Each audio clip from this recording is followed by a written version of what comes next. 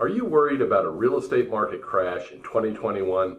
For this to happen, we'll first see a rise in the inventory of homes for sale. So today's report is focused on the supply side of the housing market.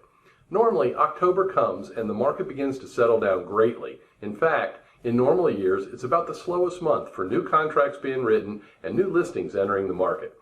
But this is 2020. This is not normal. The market is hotter today than it was in April or May.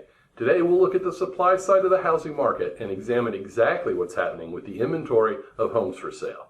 As far as the real estate market crash in 2021, well, you should know that I do provide a fair warning for all home sellers near the end of this video.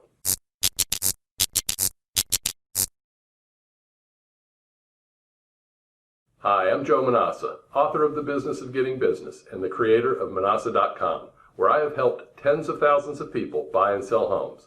I would like to help you too. If you already are a subscriber, thank you and welcome back. If you're not a subscriber, please consider becoming one now. We offer the most thorough and accurate housing market reports on YouTube, plus answers to your real estate frequently asked questions, and we also provide virtual tours of some of the most beautiful homes in Tallahassee. Simply hit subscribe to get started and the bell so you are the most informed buyer or seller in your next real estate transaction. The number of new listings entering the market might be turning towards growth as 2 of the past 3 months have seen the year-over-year fresh listings rise. This graph shows a comparison of how each month fared, percentage-wise, compared to the same month in the prior year for fresh new listings entering the MLS. I use the term fresh to describe homes listed for sale that were not previously listed. These are homes that are truly new to the market, not merely old inventory that was canceled and relisted by the same or a new agent. The year started off well with new sellers entering the market, but then COVID kicked in and caused a reduction in the number of home sellers entering the market. The past 3 months have recorded exactly 3 more fresh listings than in the same 3 months of last year. I know that a growth of just 3 homes is not a large number, but the fact that it is positive is important. Are we finally seeing pent-up supply starting to release? I'm hoping this is a sign that people who want to move are noticing friends and families safely selling their homes and moving to new ones in order to take advantage of the lowest mortgage interest rates ever recorded. If you've been waiting to sell your home, now is the time. Buyers are standing by and you'll get top dollar. As a reminder, we initiated safety measures that allow us to massively market a home while reducing risk to home sellers. Today's technology allows us to do quite a bit without having to visit a property in person. This graph shows that we're still needing more sellers to keep up with enhanced buyer demand. We find that the number of fresh existing home listings is down 7% in 2020 when compared to the same period last year. Existing homes are those sellers just like you, not the home builders creating new homes. Remember, this is a market that started the year with too few homes, so a reduction in what is being listed is only going to push prices higher and create pent-up demand for homes. While this might seem like good news for sellers as their homes are worth more, you also have to remember that most sellers are going to be buying another home in the same market with the same soaring prices.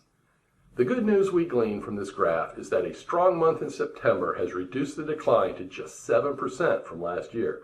Considering that last year led all others, means that 2020 is now not far off from past years. While 2020 is still the lowest year on record for fresh new inventory through September, I'm betting we'll see a stronger than normal fourth quarter and give many previous years a run for their money. Of course, the existing home sales market does not stand alone. We also need to examine what the builders have been doing. Similar to the previous graph that showed fresh listings for the existing homes market, this one shows freshly listed new construction homes. I think it's safe to say that builders are listening to the message from the market. We need more homes. When we combine new homes with used homes, we get the true supply side picture that reveals the total number of fresh new listings that have entered the market through September of each year. This graph reveals that home builders are building homes. Despite this influx of new homes, the relative supply of homes for sale has hit a new low. So what does that mean? It means that the supply, relative to the current increased rate of demand, is lower than ever. Even with more new homes and more existing homes, the growth of the buyer pool has reduced the months of supply of homes for sale. Recently, I stated that for every buyer that closed a home in September, there was more than one buyer that missed out on a chance to buy a home. The closings would have been more than double the rate closed had there been more available listings. The fact is, this is the hottest seller's market ever, so if you've been thinking about moving, it's time to act. I believe there are sellers who have been sitting on the fence, unsure about selling during a pandemic. So here's the warning that I promised to share with you at the beginning of this video. I believe this pent-up supply will grow until people start feeling safe about selling. Once all sellers feel safe, it could very well flood the market with new inventory. Now, couple that with the potential of post-election rising interest rates, and you could see a significant change in the advantage that current home sellers enjoy. Though I'm not worried that the number of homes will be enough to make it a buyer's market, I do believe that sellers today are enjoying far favorable conditions than those of future sellers who will face more competition when pandemic fears subside.